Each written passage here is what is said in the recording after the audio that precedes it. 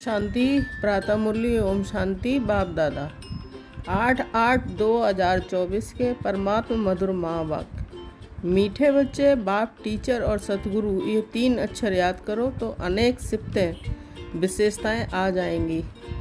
किन बच्चों के हर कदम में पद्मों की कमाई जमा होती रहती है? उत्तर, जो अपना हर कदम सर्विस में बढ़ाते रहते हैं वही पद्मों की कमाई जमा करते हैं। अगर बाबा की सर्विस में कदम नहीं उठाएंगे तो पदम कैसे पाएंगे? सर्विस ही कदम में पदम देती है, इसी से पद्मा पदमपति बनते हो। प्रश्न है, किस राज को जानने के कारण तुम बच्चे सभी के कल्याणकारी बनते हो? उत्तर, बाबा ने हम बच्चों को ये राज समझाया है कि सभी की ये एक ही हट्टी है, यहाँ सबको आना ही है। ये बहुत गुह्य राज है। इस राज को जानने वाले बच्चे ही सबके कल्याणकारी बनते हैं। ओम शांति। रूहानी बाप के रूहानी बच्चे ये तो हर एक जानते होंगे कि बाबा हमारा बाप भी है, टीचर भी है और सतगुरु भी है। बच्चे जानते हैं, जानते हुए भी घड़ी घड़ी भूल जाते हैं। यहाँ जो बैठे हैं वह जानते तो होंगे ना, केवल भूल जाते हैं। दुनिया वाले तो बिल्कुल नहीं जानते। बाप कहते हैं कि सिर्फ ये 3 अक्षर भी याद रहें तो बहुत सर्विस कर सकते हैं।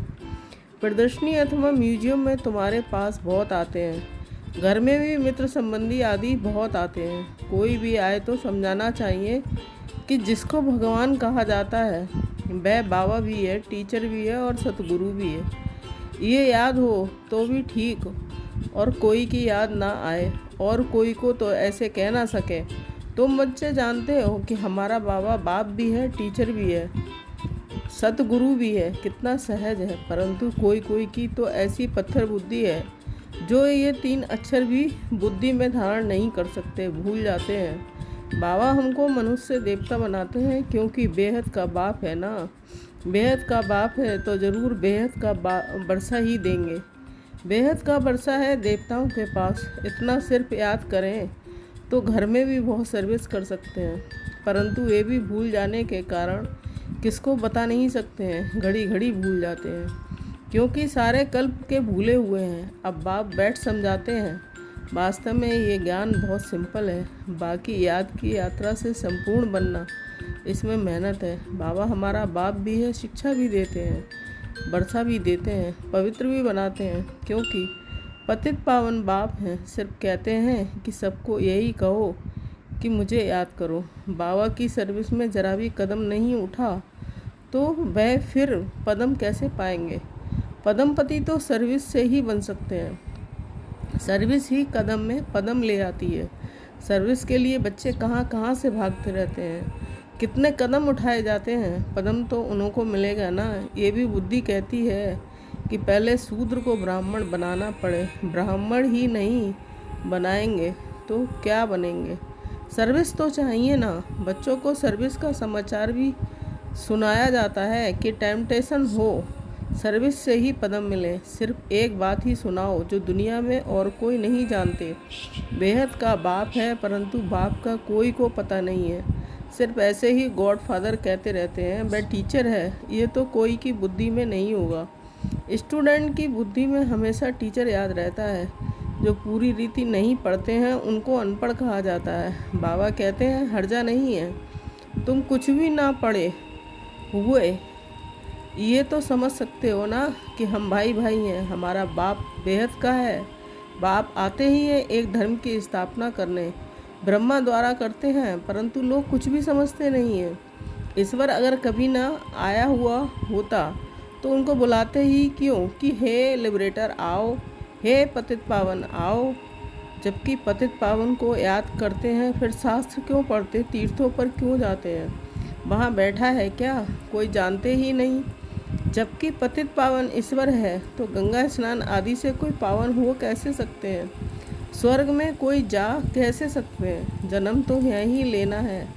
नई दुनिया और पुरानी दुनिया में फ़र्क तो है ना। इसको सतयुग थोड़े ही कहेंगे, अब तो कलयुग है ना। मनुष्यों की तो बिल्कुल पत्थर बुद्धि है, जहाँ थोड़ा सुख देखते हैं तो स्वर्ग समझ लेते हैं। ये बाप ही समझाते हैं। बाप कोई गाली नहीं देते हैं, बाप शिक्षा भी देते हैं, सबको सद्गति भी देते हैं। भगवान बाप है तो बाप से ज़रूर मिलना चाहिए। बाबा अक्षर भी ऐसा है जो उनसे बरसे की खुशबू ज़रूर आती है। और भल कितना भी काका मामा आदि है, परंतु उनसे बरसे की खुशबू नहीं आती। अंतर्मुख को विचार करना है कि बाप ठीक कहते हैं, गुरु के पास कोई जायदाद होती नहीं है। वह तो खुद ही घर बार छोड़ते हैं। तुमने सन्यास किया है बेकारों का। वह तो कह देते हैं कि हमने घर बार छोड़ा। तुम कहते हो कि हम सारी दुनिया के बेकारों का सन्यास करते हैं। नई दुनिया में जाना कितना सहज है। हम सन्यास करते हैं सारी पुरानी सृष्टि तमो प्रधान दुनिया का। सतयुग है नई दुनिया। ये भी जानते हो नई दुनिया थी जरूर। सब गाते हैं स्वर्ग कहाँ ही जाता है नई दुनिया को, परंतु वो लोग सिर्फ कहने मात्र कह देते हैं, समझ कुछ नहीं। तो बाप बच्चों को कहते हैं कि सिर्फ ये विचार करो, बाबा हमारा बाप भी है, शिक्षक और सद्गुरु भी है, सबको ले जाएंगे। अक्षर ही दो हैं मन मना भव, इसमें सब आ जाता है, परंतु ये भी भूल जाते हैं। पता नहीं बुद्धि में क्या क्या याद रहता है। नहीं तो रोज़ लिखकर दो कि इतना समय हम किस अवस्था में बैठे थे। तुम बैठे हो बाप टीचर सतगुरु के सामने, तो वही याद आना चाहिए ना।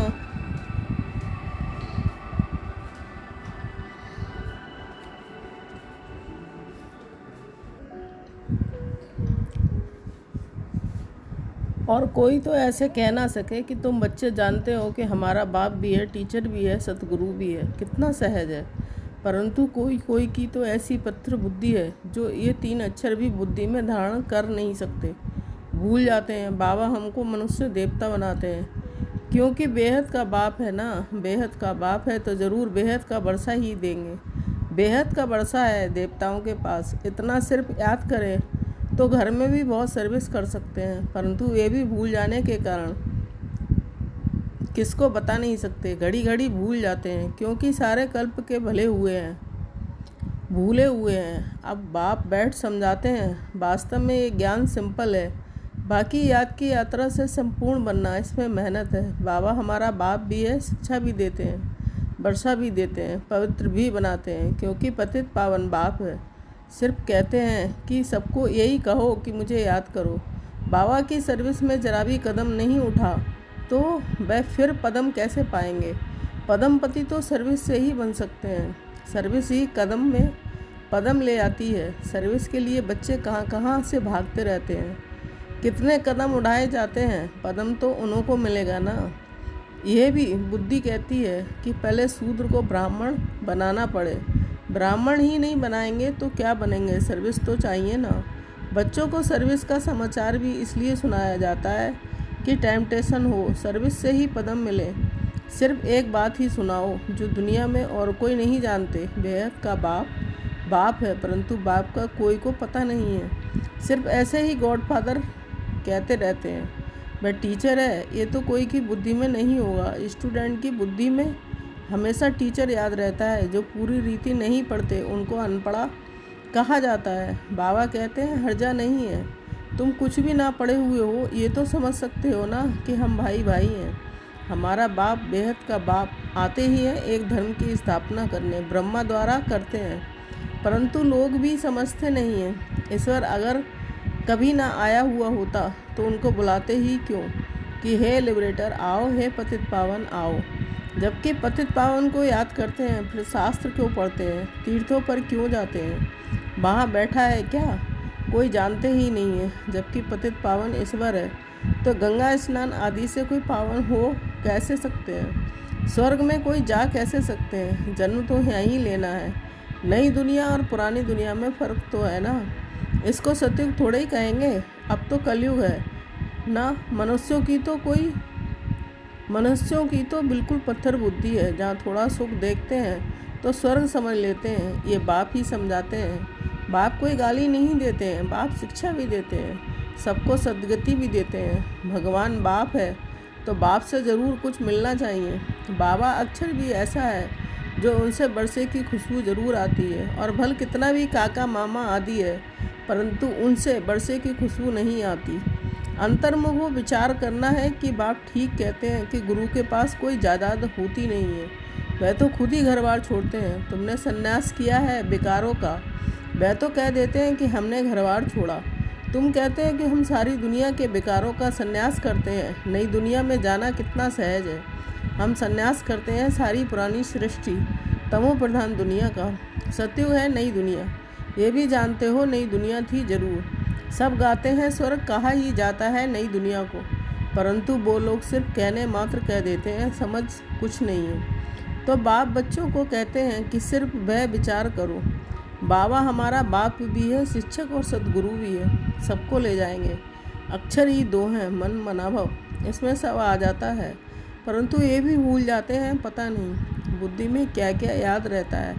नहीं तो रोज़ लिखकर दो कि इतना समय हम किस अवस्था में बैठे थे। तुम बैठे हो बाप टीचर सद्गुरु के सामने, तो वही याद आना चाहिए ना। स्टूडेंट को टीचर की याद आएगा ना, परंतु यह माया है ना, एकदम माथा की ही मूड देती है, सारा राजभाग ही ले लेती है।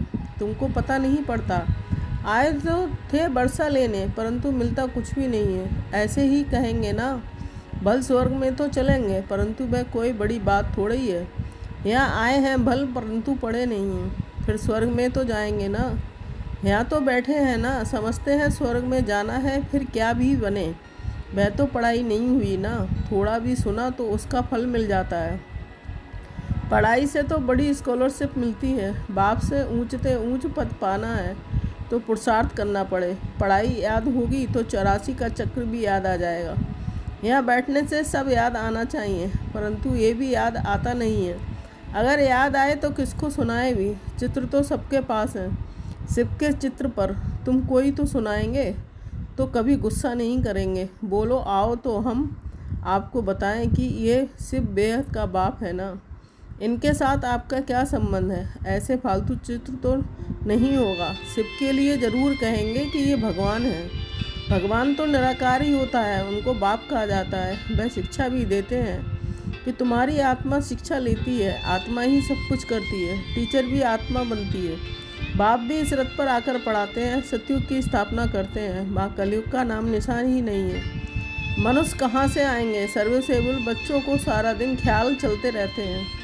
सर्विस नहीं करते हैं तो समझा जाता है कि बुद्धि ही नहीं चलती, जैसे बुद्धू बैठे हैं। बाप को समझ नहीं सकते। पतित पावन बाप को याद करने से ही वर्षा मिलेगा। याद करते करते मरेंगे तो बाप की सब मिल्कियत मिलेगी। बेहद के बाप की मिल्कियत है स्वर्ग। बच्चों के पास बैज भी है। घर में मित्र संबंधी आदि तो बहुत आते हैं। कोई मरता है तो भी बहुत आते हैं। उन्हों की भी तुम बहुत अच्छी सर्विस कर सकते हो। शिव बाबा का चित्र तो बहुत अच्छा है, भल बड़ा ही रख दो। इसमें कोई कुछ कहेंगे नहीं। ऐसे नहीं कहेंगे कि ये ब्रह्मा है, ये है गुप्त। तुम गुप्त भी समझा सकते हो। सिर्फ शिव का चित्र रखो और सब चित्र उठा दो। ये शिव बाबा बाप टीचर सतगुरु है। ये आते हैं नई दुनिया की स्थापना करने और संगम पर ही आते हैं। ये ज्ञान तो बुद्धि में है ना। बोलो शिव बाबा को याद करो और किसी को याद नहीं करो। शिव बाबा पतित पावन है। वह कहते हैं कि मुझे याद करो तो तुम मेरे साथ आकर मिलेंगे। तुम गुप्त सर्विस कर सकते हो। ये लक्ष्मी नारायण इस नॉलेज से ही बने हैं। कहेंगे शिव बाबा निराकार है, वह कैसे आते हैं। अरे तुम्हारी आत्मा भी तो निराकार है, वह कैसे आती है। वह भी ऊपर से आती है ना पार्ट बजाने। ये भी बाप आकर समझाते हैं। बैल पर तो आ ना सके, बोलेगा कैसे। साधारण बूढ़े तन में आते हैं। समझाने की भी बड़ी युक्ति चाहिए। कोई कहते हैं तुम भक्ति नहीं करते हो। बोलो हम तो सब कुछ करते हैं, युक्ति से चलना होता है। किसको उठाने के लिए सोचना चाहिए, क्या युक्ति रचे। कोई को नाराज़ भी नहीं करना है। गृहस्थ व्यवहार में रहते सिर्फ पवित्र रहना है।